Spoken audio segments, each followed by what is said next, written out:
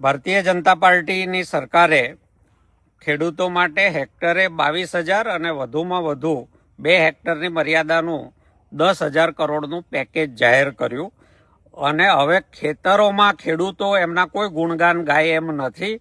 ઉલટું એમને ખેડૂતોને વધારે ગુસ્સો આવ્યો છે. જે રકમ એમના ભાગે આવવાની છે એની ગણતરી કર્યા પછી આવી પરિસ્થિતિમાં ખેડૂતો કે ગામડા તો વખાણ કરે એમ નથી, એટલે જાતે ને જાતે પોતાના વખાણ કરાવવાનું એમને અત્યારે અભિયાન હાથ ધર્યું છે અને એક તૈયાર કરેલી પ્રેસ નોટ બધા જિલ્લામાં મોકલે છે એવું મારા જાણવામાં આવ્યું છે.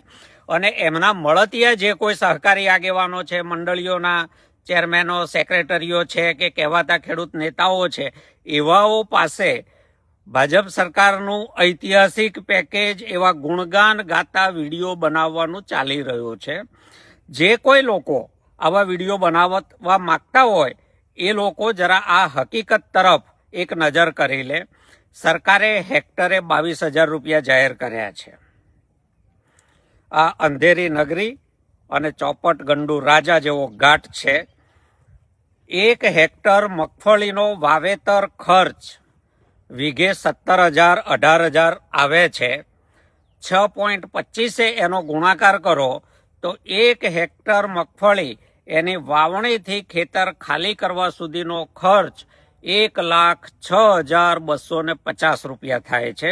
તમે કેલ્ક્યુલેટર લઈ અને ગણતરી ગણી જુઓ કે કેટલી ખેડ થાય છે, રોટાવેટર ચાલે છે, વાવણી થાય છે, સમાર દેવાય છે, ડીએપી નખાય છે, કયા ભાવનું બિયારણ નખાય છે, એના પછી નિંદામણ નાશક, બીજી દવાઓ, યુરિયા ખાતર, છેલ્લે ખેતર ખાલી કરવા સુધીનો ખર્ચ 1 હેક્ટરનો 1,06,250 રૂપિયા જ્યારે આવતો હોય ખેડૂતને અને તમે 22,000 રૂપિયા જો આપવાના છો તો કયા મોઢે તમે તમારા ગુણગાન ગવડાવવા માંગો છો? આ તો લાજવાની વાત છે, એને બદલે તમે ગાજવા નીકળ્યા છો. આ 10,000 કરોડનો આંકડો એટલા માટે મોટો દેખાય છે કે 42 લાખ હેક્ટર જમીનમાં નુકસાન થયું છે. જ્યારે વિસ્તાર મોટો હોય તો નાની રકમનો પણ ગુણાકાર કરો મોટી રકમ વડે તો સ્વાભાવિક જ છે કે જવાબ મોટો આવવાનો છે. 10,000 કરોડમાં ઐતિહાસિક કશું નથી. ગુજરાતનું 3,70,250 કરોડનું જે બજેટ છે એમાં તમે ખેતીનું બજેટ કેટલું ફાળવ્યું છે અને એમાં 10,000 કરોડ રૂપિયા ક્યાં ઊભા રહે છે? તમારા આંકડાઓની માયાજાળને બાજુમાં મૂકીએ તો પણ ખેડૂતના હાથમાં વીઘે 17,000ના ખર્ચની સામે 3,509 રૂપિયા આવવાના છે. આમાં કોણ તમારા ગુણગાન ગાય? પરાણે ગુણગાન ગાવા જતા જે લોકોની, જે સહકારી આગેવાનોની, મંડળીઓના આગેવાનોની ગામમાં જે કંઈ પ્રતિષ્ઠા છે એને હાનિ ના પહોંચે, લોકો એમની ટીકા ના કરે, ખેડૂતો એમના પર માછલા ન ધોવે, એટલા માટે એમણે કોઈ પણ પ્રકારનો સરકારી ગુણગાન ગાતો વિડીયો બનાવતા પહેલા જરા ખેડૂતની વાસ્તવિક સ્થિતિ ખેતરે જઈને જોઈ લેવી, એને થયેલા ખર્ચના આંકડા માંડી લેવા અને સામે એને વીઘે સરકાર શું આપવાની છે એનો પાકો હિસાબ કાઢ્યા પછી જ ગુણગાન ગાજો.